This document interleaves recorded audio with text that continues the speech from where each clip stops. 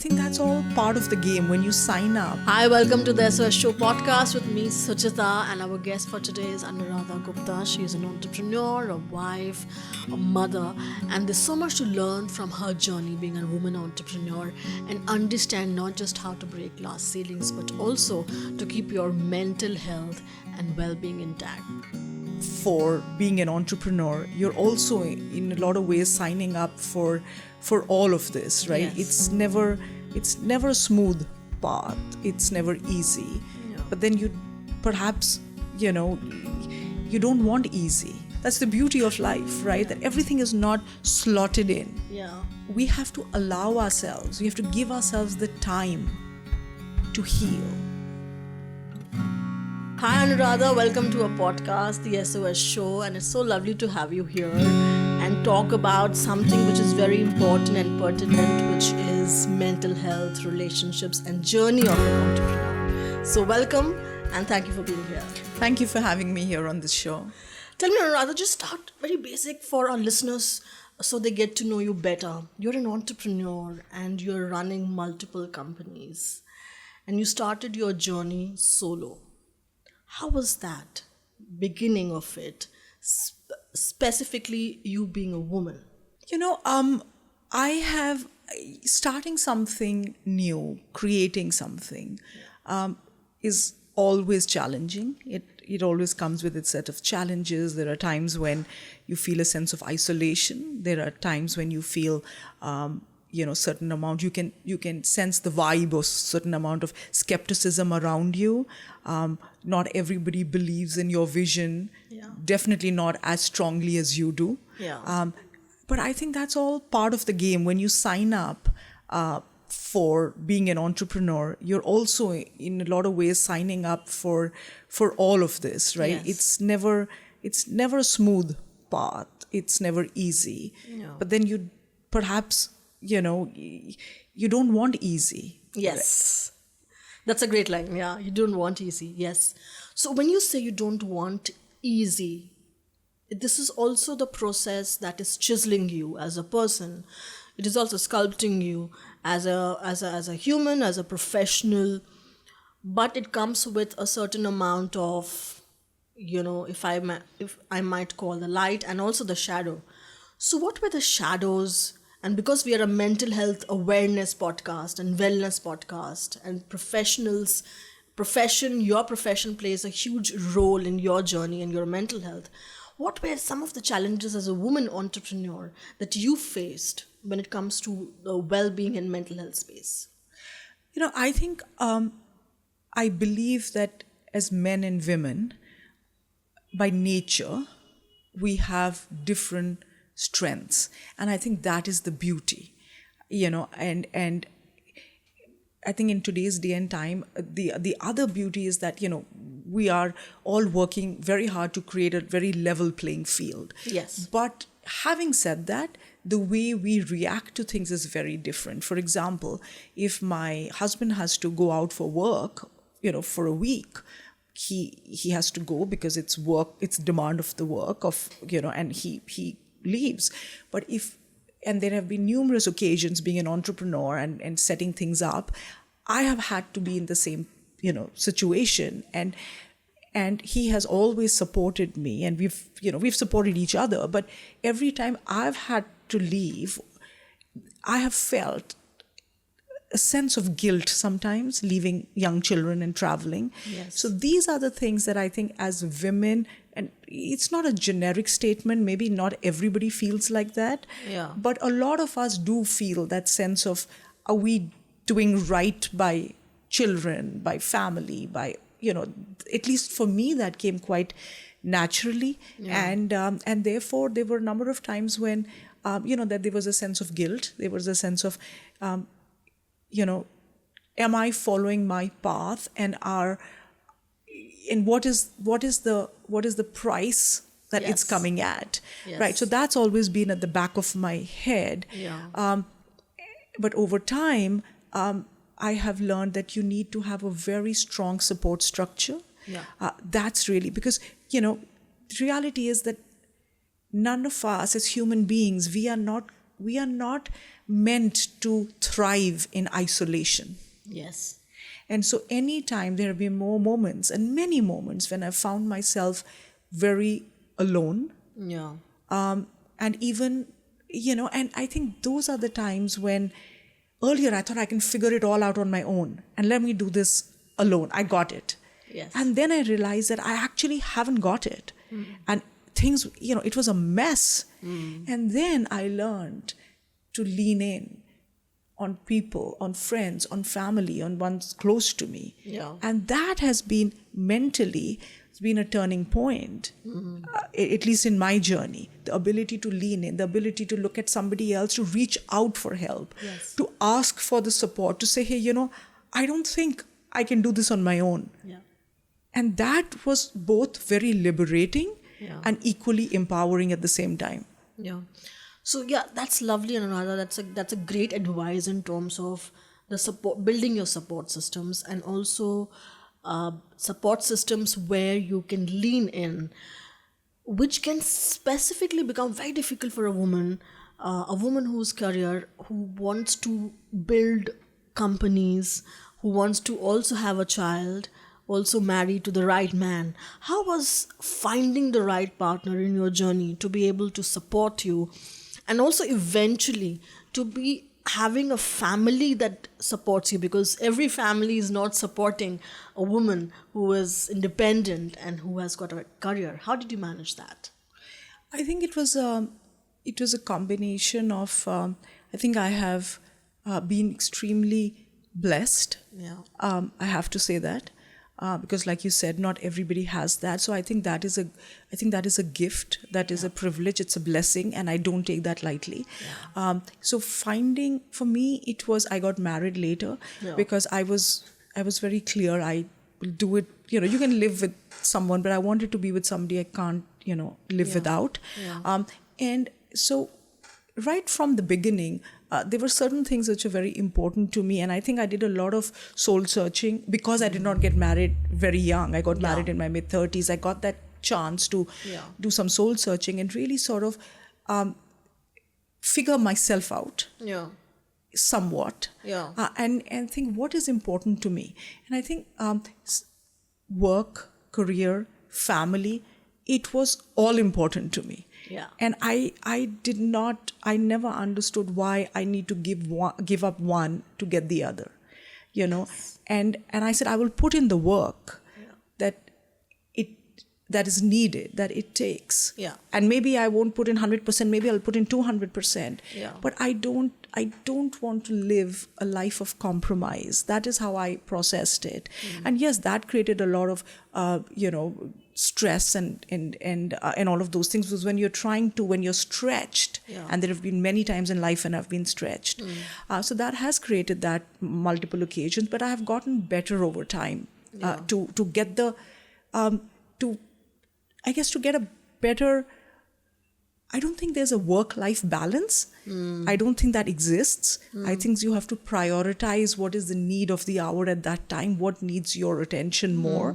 And I've set very clear boundaries. That was very important for me in any relationship. I think that sometimes when those boundaries are not clearly defined at the start, it becomes very difficult to add them on later. And then there's this thing of one person constantly giving, and in our ecosystem, generally it's the woman.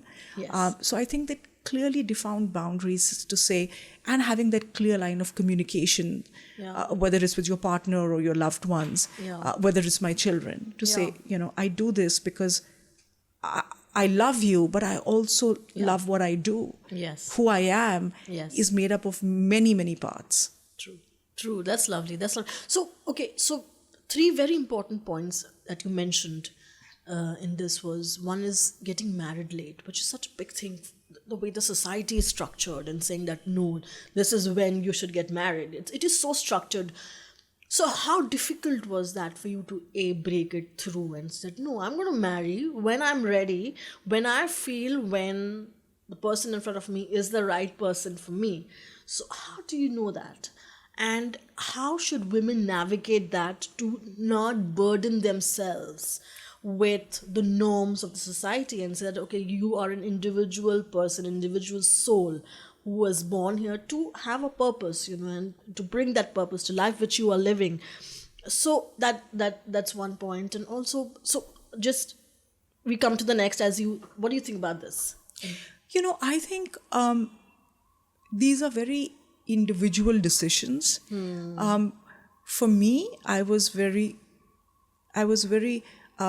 maybe as a person, I'm perhaps a little nonconformist. External validation, good or bad, right or wrong, I don't know, but has never really mattered to me. Yeah. So I've always, I think I'm only answerable to myself. And that's how I've always been. Yeah. I think life is a journey, Yeah. and it is our journey. And perhaps the only thing in this that is truly ours is our life. Yes.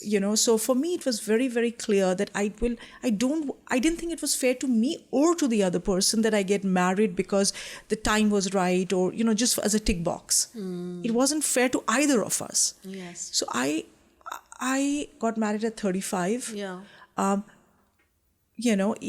It felt, when it felt ready, when it felt right, Yes. it was right. Yeah. But each person, it's very easy to make blanket statements, and I don't believe in doing that. I think each of us are in different ecosystems, and there is different level of reaction, adaptability, wanting to change, conform, not conform. So I think each person has to make that decision for themselves, because it's very easy to say things, right? Yes. I can only talk about the way I have lived my life. And for me, it did not work. And therefore, for me, there was no other way. Yeah. I wish I had found love earlier. Yes. If I had, I would have loved to get married earlier. But it didn't happen. It happened when it happened. And that's really been my life. So going with the flow, it happened when it happened. Yeah. Yeah. So that I think that's one thing also women should understand, and not sort of settle because there's a certain amount of pressure that's coming to them. Yeah. I mean, like I said, each person has to make their own, we have to lie on the bed that we make. Lovely, lovely. And you said there's nothing like work-life balance. When you're saying that, what exactly do you intend when you're making the statement? For the longest time, rather unsuccessfully, I tried to find that balance between, work can be all-consuming, especially entrepreneurship can be all-consuming. Yes.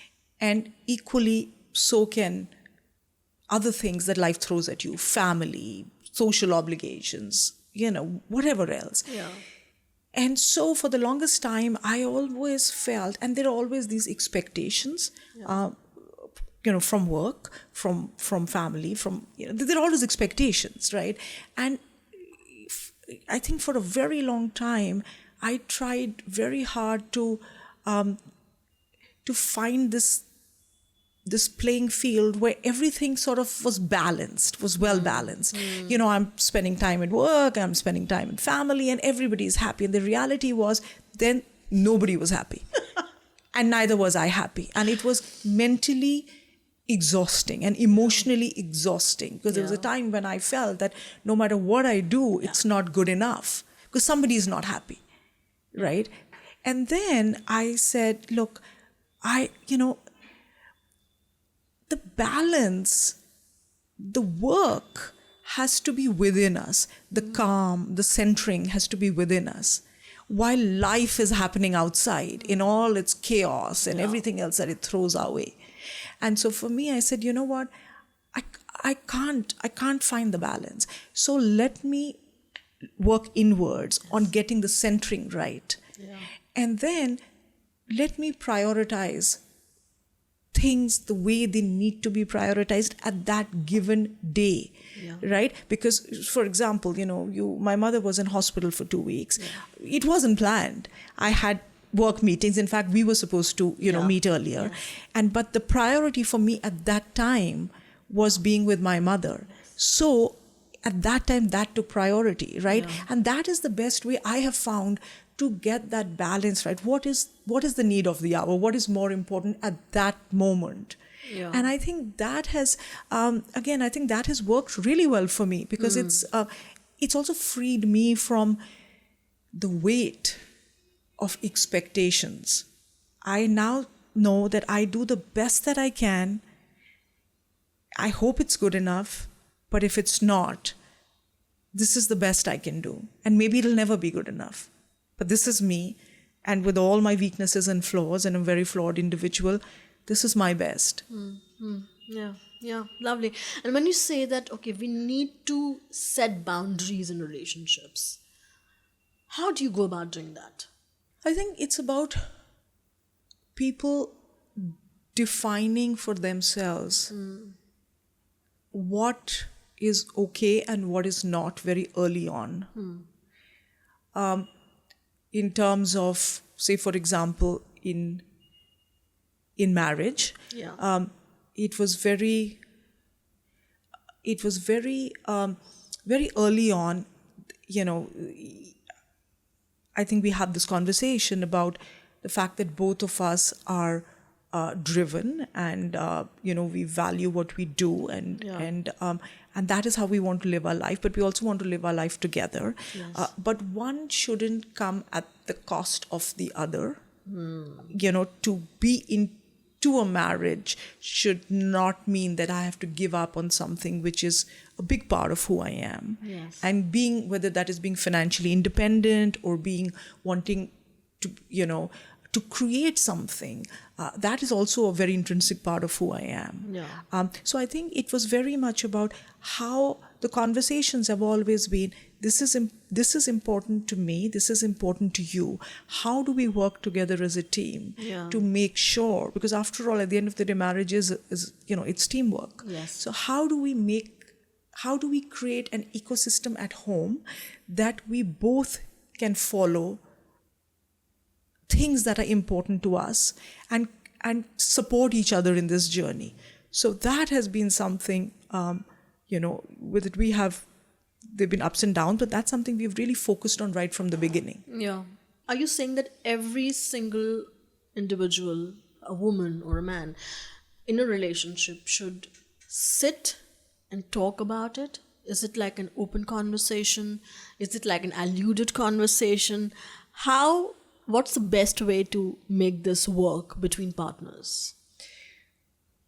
From the way I look at it, in my opinion, I think people need to have honest and open conversations to talk about how they feel, and to really have that. And it's always work in progress. Yes. It's not that you have one conversation, and it's not that I had one conversation and everything was, it was all hunky-dory and it was all rosy and bed of roses. It wasn't that. You have to work at it. You have to work at it every single day. Yeah. You have to, there are sometimes conflicts in diaries. There are conflicts in things that need done. But I think it's work in progress. And I think at the end of the day, there is an understanding that something is important to both of us. And if you want to figure it out, you will figure it out together. Yes. If you don't, if one's work becomes more, if one's work becomes more important than the others, then there's a conflict. But if both are equally important, then together you figure it out, right? Sometimes somebody takes a step back, somebody takes 10 steps forward, sometimes, you meet halfway, and sometimes you don't. Yeah. So meet halfway, sometimes you don't, but it's like a continuous process where both the parties work together towards building something together. And of course, it's not a one-person journey. Tell me, Anuradha, relationships are a very important part of a person's existence. And relationships, which can be professional relationships, it can be personal relationships, a couple of things that one needs to work on, say, every day or every week, towards building strong relationships, which are actually based on trust. Yeah, I mean, I agree. I mean, there always is, it is the output is only as good as the input. Yes. Right? So creating that space of trust. Yeah. But I think, I have learned fairly recently, if I may say so, Yeah. that vulnerability Yeah. is a sign of strength. Yeah. I always thought it's a sign of weakness. Brené Brown always spoke about this. You know? Slowly You know? now people are agreeing, yeah. And I have realized that it is, and I think that has helped me immensely, because I today I feel that I'm able to have a conversation and say, I wear my scars with a lot of pride. I think it's a reflection of a life well lived. Yes. And I have not, there are times when I have not known the answers, and I've taken a path maybe less traveled, and I've learned along the way. Yeah. And I could have done a lot of things better. Yeah. But I did the best I could at that time. And I think now being vulnerable and creating and being honest and open about my vulnerabilities, I think that is something that I wish I had known sooner. Yeah. That it is a sign of strength. It is not a sign of weakness. Yeah. But I know what I know now, and Yeah. thank God for that. Yeah, yeah. Anuradha, you're running multiple companies. And I was also I came across this wellness team, which is there on your website. How do you interact? How do you strengthen relationships with the people who are employed in your company? And how do you ensure, because you're the leader, in terms of a leadership strength, how do you ensure that their mental health gets taken care of? So I look at well-being holistically. And, I did psychology for 5 years, so I'm not sure whether Yes. there's a little aspect of that comes in, or maybe just life experiences, I'm not Yeah, sure. yeah. But I think wellness or well-being has, it is not a one thing. It is the body, the mind, and the soul, Yes. right? It's unfortunate that for the longest time we have focused a lot on, and we've spoken about, the well-being of the soul and the body. Yeah. If I'm not feeling well, I can, no hesitation in sitting somewhere and saying, hey, I have this lower back pain and I need to see an, orthopedic or chiropractor or whatever it is, or I need to see the dentist. We really speak about those things and equally when we talk about the well-being of the soul, whether somebody says, I'm extremely religious, whatever religion they may follow, or somebody is extremely spiritual or not, we talk about it. I'm going here and I'm going to Tirupati, or I might be going somewhere, whatever. There is an openness to it. Yeah. But when it comes to mental, emotional well-being, it has been that little skeleton which is in a closet, and I don't understand why.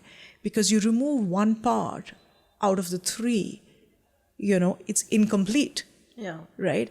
And I think, for me, I think emotional well-being is really what drives the mental, the physical well-being. It drives everything else. Yeah. But I think I'm so, it's so refreshing, and I'm so honored to be here today to have this conversation with you, because I think it is about time that we really start really openly talking about the fact that, firstly, there's nothing to be ashamed of. We don't talk about things when we want to hide them or when we feel ashamed about something. Yeah. This is our well-being. Yeah. So, I think open conversation, dialogue, more people talking about it. I think those things are, we need to be, it's an evolved society, an educated society, which need to talk about it like we do about everything else. It's about time. Yeah. Yeah. Running companies, entrepreneurship is one of the most difficult challenges, and we have been doing episodes on corporates and mental health and trying to understand that if we can get this to the leadership team in terms of mental health, and many people who are employees working in different companies have expressed that no, they are not able to talk freely about their mental health. Like we had somebody who had bipolar, but she was too scared to even talk about it, thinking that, okay, she's going to be sacked from her job. We are getting there in terms of talking about it, but actually the implementation of it is not there. A couple of things, you being an entrepreneur, the implementation of the mental health and well-being of employees, how can corporates ensure that? What are the things that they can bring to the table, or the guidelines that they can put out there to ensure that the employees are comfortable and that their emotional well-being gets taken care of? I think it's a very good question. And I think there are some, corporates who have started doing that, but I think there is a lot of work that needs to be done. But I think, corporates is one part of it. I think as a whole, as a society, we have to, these things have to be normalized because they are normal. Yeah.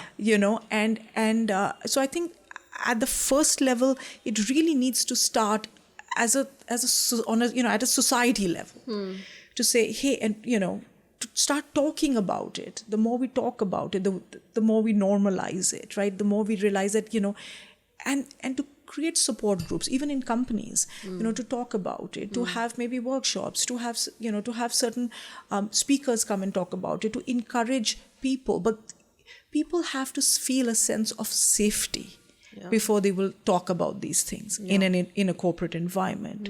And I think the onus is on the leaders to create that sense of safety where people can talk about it without any fear of any consequences, right? So I think that is a responsibility that we carry on our shoulders, and I think it is much work needs to be done on that.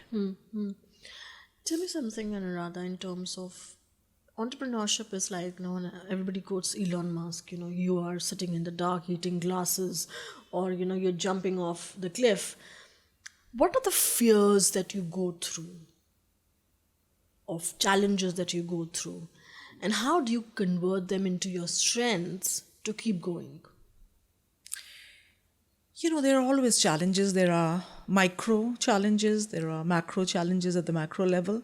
There are internal, there are external challenges. But I think I have learned to break it into things that I can control in my own limited capacity, and there are things that I cannot control. What is outward and what I cannot control is what it is, right? So then my focus, rather than getting diluted, shifts on what I can control, right? And that really is about, things like, there are always moments when you feel, like I said earlier, there is a sense of, you worry about you because really as the captain of the ship, you really set the direction. Where are we sailing? Right? And you don't want to get there and say, oh my God, I reached the wrong island. Right? So I think it is about having that belief in yourself, but equally, sometimes I worry about, do I need to, am I agile enough? As a company, can we read signals well? Are we flexible enough and quick enough to turn around if we need to, before the wind gets knocked out of our sails, right? So those are kind of things, there are environments, economic cycles, how will the team get impacted? During COVID, by the grace of God, we did not let go of any single person in the company, and those were very tough times. But I think it really is about, am I doing right by the people that who are in the team, because then they are responsible for their family members and, all of those things. So I think there are a lot of things to think about. There are always some sleepless nights. But I think in the end, it is all about the intent. And if the intent is right, then things eventually fall into place. You go through your own learnings, but that's life, right? Yeah. And entrepreneurial mindset. There's something which I've constantly sort of, reading a lot of people, trying to understand that your mindset plays a tremendous role in your life. So what is your mindset? Do you set it up as an entrepreneur? How do you go about, defining that mindset that might eventually define the kind of work that you're doing, your speed, your progress, the kind of people that you're meeting? Do you believe in that? I do. Yeah. I think there is I think entrepreneurs are generally risk takers. It is very rare that you will have an entrepreneur who's risk averse. Yeah. Because it's the other end of the spectrum, and that is why you need to have people in the company, like maybe your CFO or other people who are the risk averse people to get you that balance. Because as an entrepreneur, you're like, I can do this. Yes. Sometimes foolishly so. Yes. Right? Yes. So I think that balance in your team is really important. But I think that is a mindset. Somebody who is risk averse, generally going down the entrepreneurial sort of route is perhaps not the best decision, right?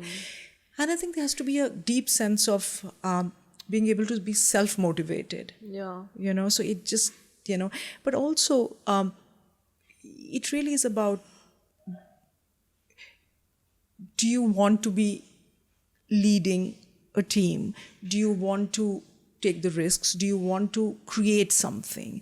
And if you do, is it short term, long term? You have to figure out what are the drivers of your business. Yeah. What are the foundational pillars, and identify that. So I think there is a lot of, and therefore I think the emotional well-being of the person at the helm, there has to be a very strong focus on that. And that's something that I was in Austria a few weeks ago in a health in a health resort, and for 2 weeks, focusing a lot on its well-being, whether it's physical or mental or emotional or whatever it is, right? And 3 months before that, I went to Peru on a trip. So I think, I'd really try and carve out some time where I need to decompose. I need to sort of just de-stress. I need to, it's my me time. Right? And I've realized that me time is really, really important for my mental well-being. And it's not, my mental well-being is just not my mental well-being. It's also the well-being of my family. You cannot pour from an empty well. Right? So for me, there's been a very conscious focus on, because that is how I work. I need to recharge. I need to recharge. I need some time away. I need to introspect. I just need to be. And then I come back recharged and ready to be able to give, to contribute meaningfully, whether it's family or work or wherever. And I think, a lot of times we don't prioritize ourselves. It's almost seen in many ways, especially when women do it. It's almost seen like being selfish or being self-centered. But like you're flying, and the first thing they say, the first lesson is that if plane is going down, you put the oxygen on yourself, right? Because you have to first survive to be able to help anybody else. So I think just that prioritizing yourself, especially as women, I think that is something that we don't do enough of, and that's something I've focused on a lot more in the last 2 years. There are many times when my husband has held fort, and I have gone on these me trips, and he doesn't need to do that because that's not how he functions. But equally, he recognizes that's how I function. So he says, "Hey, you go, you do your thing, re-energize, come back, and we'll look forward to you, coming back. Till then, I'm enjoying this time with the children." So. Also, Anuradha, for every human being, but also specifically for an entrepreneur, we've been talking a lot about values. Your values define you. You make decisions on your from the values that you put out there for your own self. Do you pay attention to that? Are they important to you? And what are the kind of values that you are placing importance to when you're making decisions that I feel equally impact your well-being? I think if you're true to yourself, and if you stay true to yourself, your well-being is well taken care of. So as long as you have to define the values, it could be integrity, it could be transparency, it could be whatever it is. Yes. But as long as you are true to your value system, your mental well-being is fine. That's lovely. So just for our listeners, if they do not know how to figure out their values, how do you figure out your values out there? How do you put it on paper? How do you define it for yourself? I think, firstly, nobody else can define your values. Yes. It's only you who can figure out what your values are. Yeah. And I think the only way to do that is introspection. Yeah. And again, that goes back to well-being. Yeah. I think there is a lot of, I believe introspection and well-being are very intrinsically connected. Yeah. The more we look within, the more we get a lot of our answers from there. Yeah. So I think our value systems, what resonates with us, those are all things that we need to figure out. Each of us need to figure out for ourselves. And then we just need to have the strength to, to stand by them. stand by those and imbibe those. Yeah. And for the most part, sometimes there may be some deviations. There always are, we as human beings, those. But I think just being aligned to your value systems, once you're on the right path, then you're good. But we have to figure it out ourselves. It's all inside. Yeah. We just have to get it. We just have to get it out from there. Yes. And how do you foresee your future, Anuradha, in terms of an entrepreneur, in terms of your family, as a wife, as a mother? Where do you see yourself heading? Do you plan it out, or do you sort of keep it as a flow? Let's see what happens. If you had asked me this question 30 years ago, I would have said I've got my life all planned out. It's all done. It's good. Yeah. If you ask me today, I think that was the foolish me. Yeah. And life has its own plans. Yes. So today my answer would be I go with the flow.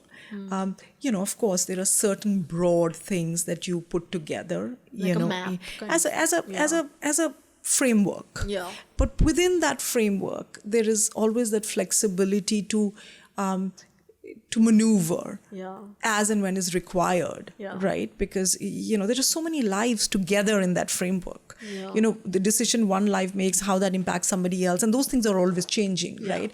So I think within that, there is always, and I think that's the beauty of life, right? That everything is not slotted in. Yeah. Has there been a certain journey of yours that's personal, related to mental health? Any anecdotes that you would like to share? Because I believe you have gone through personal losses. So is this something that you would like to put it out there? Yes, that's true. I think, I have gone through personal loss. And I think what happens in the well-being or, the grieving process is that there is this whole cycle, right? And I think we have to allow ourselves, we have to give ourselves the time to heal. And a lot of times society, well-wishers even, will say, hey, it's been X amount of time. But I think only the person who has experienced loss knows how they feel. And whether they feel that amount of time has happened or they feel it was just like yesterday. Because loss always brings with it, life never goes back to normal. You start living a new normal. And each person reacts to that very differently.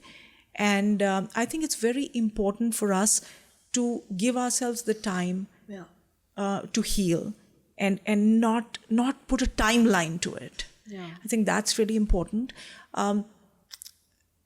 In the last few years, my son has been diagnosed with ADHD.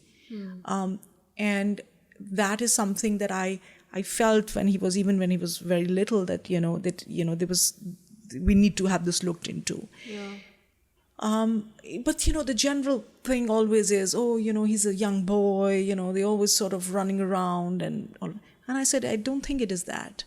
And I think I think I can help him. And if I can help him, why will I not help him? Yeah. Why should I not get this investigated? Why should I not look into it? Why should I not find out more?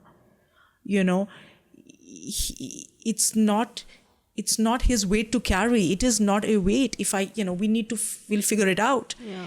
And then we did. And then, he has very high IQ, which also makes it he zones out very quickly. Yeah. Because he picks things up very quickly and then he's bored and he moves on. Yeah.